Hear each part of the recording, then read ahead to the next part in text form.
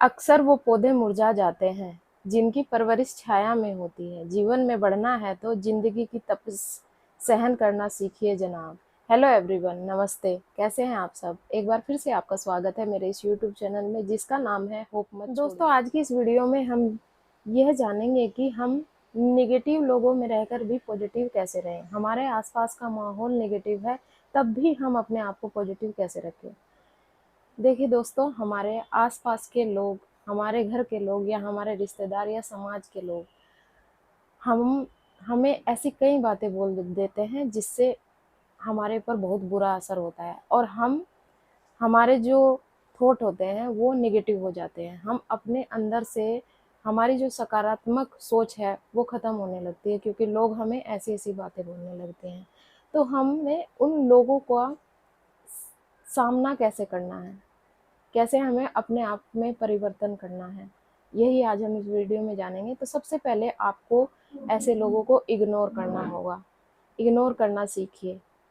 Ignore करिए ऐसे लोगों को, ऐसे माहौल को, ऐसे रिश्तेदारों को जो आपके ऊपर नेगेटिव विचार, नेगेटिव छाप छोड़ते हैं। उनसे दूर हो जाइए, क्योंकि अगर आप ऐसे ही माहौल में रहेंगे और पिसते रहेंगे तो फिर आपकी पढ़ाई पर बुरा असर हो। अपने आप को निगेटिविटी से बचाने के लिए या निगेटिव लोगों को से बचने के लिए आप डेली मेडिटेशन कर सकती हैं। 10 से 15 मिनट का मेडिटेशन आप जरूर करें। यह आपकी सोच को सकारात्मक बनाते हैं।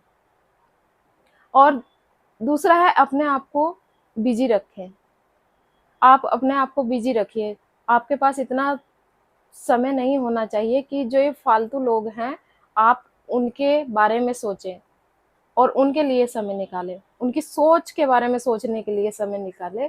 इतना आपके पास समय नहीं होना चाहिए। तो अपने आप को बिजी रखें। बिजी आप अपने आप को कैसे रख सकती है? अपने आप को बिजी रखने का सबसे अच्छा तरीका है, आप किताबें पढ़िए। किताबें पढ़ने में अपना मन लगाइए। या तो फिर आप आपकी जो हॉबी है, आप अगर आपके पास खाली समय है तो आप डायरी लिख सकती हैं। कुछ लिखना शुरू करिए। आपको अपने आप को इस नेगेटिव माहौल से निकालना ही होगा। देखिए, इन लोगों का आपके ऊपर इतना प्रभाव नहीं होना चाहिए कि आपकी सोच ही बदल जाए और आप अपने आप को इतना मतलब बेकार गया गुजरा समझने लगे कि अब मैं कुछ नहीं कर सकता हूँ या कर सकती हूँ। ऐसा नहीं होना चाहिए। नेगेटिव लोगों को अपनी ज़िंदगी से बाहर निकालना ही आपको पड़ेगा ही पड़ेगा। उस माहौल से अपने आप को बाहर निकालने के लिए मैंने आपको बताया कि आप मेडिटेशन कर सकती हैं। देखिए, जो मैं आपको बता दूं कि मुझ पर भी स्ट्रेस इतना हावी था एक बार को, और मैंने किस तरीके से अपने आप को उससे बाहर निकाला है। तो अगर आप ये जानना चाहते हैं तो मुझे कमेंट ज़रूर करिएगा। अगर आपको रात को नींद नहीं आती या घबराहट होती है तो ज़रूर कमेंट करिएगा। मैं आपको उससे बाहर आने में आपकी हेल्प करूँगी। अब हम बात करेंगे कि हम पढ़ाई कैसे करें, पढ़ाई करने के क्या तरीके हैं, मैंने कैसे पढ़ाई की और कैसे सफलता प्राप्त की। मेरे पास कई सारे कमेंट आते हैं कि हम पढ़ाई नहीं कर पा रहे हैं, हमारे पास इतना समय नहीं है कि हम पढ़ाई के लिए निकालें, हम हाउस वाइफ हैं, हमारे पास टाइम ही नहीं है। या तो हमें ये बता दीजिए कि हम वो टाइम कैसे निकालें, आपने पढ़ाई कैसे की। तो मैं आपके साथ अपने एक्सपीरियंस शेयर कर दूँ ज़रा। सबसे पहले तो आपको डिसिप्लिन होना बहुत ज़रूरी है। अनुशासन अपनी लाइफ में लाना बहुत ज़रूरी है। जब तक आपके पास डिसिप्लिन नहीं होगा तब तक आप पढ़ाई नहीं कर पाएंगे सही तरीके से। आप लोग ये सोचकर परेशान हैं कि हम अपनी पढ़ाई को कैसे समय दें और कितना टाइम अपने पढ़ाई को दें। तो देखिए, मैं आपको ये बता दूं कि अगर आप पूरी लगन और मेहनत से 4 घंटा दिन में अपनी पढ़ाई को दे रहे हैं तो वो इनफ है। उन अगर 4 घंटे में आप मन लगाकर पूरे अनुशासन के साथ पढ़ाई करती हैं तो भी आप अपनी लाइफ में सफल हो जाएंगे। आप जो बनना चाहते हैं वो बन जाएंगे। लेकिन उसमें आपको कंटिन्यूटी रखना बहुत ज़रूरी है। कई लोगों के पास इतना समय होता है कि वो अपने टाइम को जो है बर्बाद करते रहते हैं। और देखिए, सबके पढ़ने का तरीका भी अलग होता है। कई लोग ऐसे होते हैं कि उनके पास भरपूर समय है और वो पूरा दिन किताब लेकर बैठे रहते हैं, लेकिन फिर भी उनका नहीं हो पाता है। और कई लोग ऐसे होते हैं कि वो 4-6 घंटा भी पढ़ेंगे तो उनका सिलेक्शन हो जाता है। वो कैसे होता है? वो ऐसे होता है कि उन्होंने एक डिसिप्लिन में रहकर अपनी पढ़ाई को किया है और उन्होंने इधर-उधर ना न देते हुए, सबसे बड़ी बात तो मोबाइल को स्क्रॉल नहीं करते हैं, मोबाइल पर अपना टाइम वेस्ट नहीं करते हैं। मैं ये देख रही हूँ कि लोग अपना टाइम मोबाइल पर ज़्यादा वेस्ट कर रहे हैं। इधर-उधर देखकर वीडियो, इतना टाइम आप वेस्ट कर रहे हैं मोबाइल पर, इससे अच्छा तो आप पढ़ाई शुरू कर दें। आपको समझ नहीं आ रहा है कि पढ़ाई कहाँ से शुरू करनी है, कैसे शुरू करनी है। अब तो आपने जान लिया ना कि पढ़ाई को कैसे शुरू करना, आपको बहुत लोगों ने बताया भी है कि कैसे पढ़ना है। तो आपको क्या करना है? आप यही मत सोचते रहिए कि मैं कहाँ से पढ़ाई शुरू करूँ। आपके पास आजकल तो देखिए मोबाइल का टाइम है। मोबाइल में आपको हर तरह की क्लास मिल जाएँगी।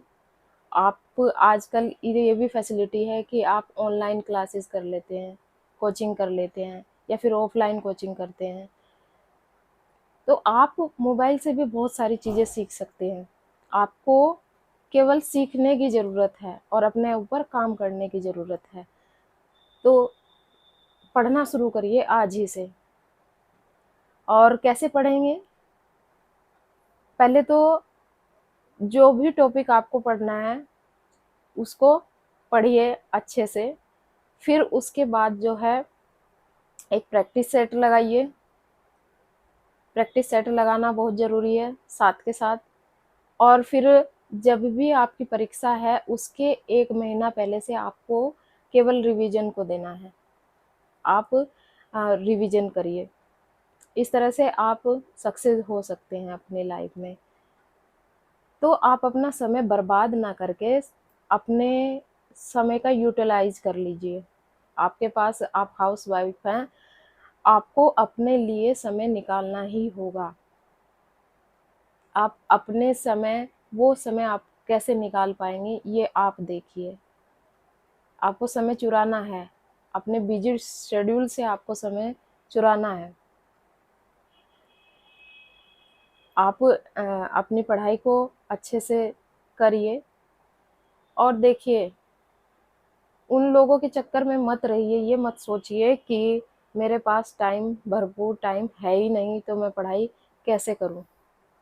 मैंने तो अपनी पढ़ाई को ऐसे ही किया है। मेरा इतना बिज़ी शेड्यूल था, मैं स्कूल जाती थी, सुबह खाना बनाया, फिर स्कूल से आने के बाद 3 टाइम खाना बनाना, बर्तन साफ करने, बच्चों को देखना, उनको पढ़ाना, सब कुछ करते हुए मैंने अपनी पढ़ाई की है। खाना बनाते-बनाते मैं वीडियो देखती थी। सोशल मीडिया का प्रयोग मैंने ऐसे किया है। तो आप भी सोशल मीडिया का प्रयोग ऐसे कीजिए ताकि वो आपको लाभ पहुँचा सके, हानि ना पहुँचाए। इस तरह से उसका यूज़ ना करिए। दिन-रात केवल वीडियो स्क्रॉलिंग ना करिए। अपनी एक नियमित दिनचर्या बना लीजिए जिससे आपकी पढ़ाई अच्छे से हो।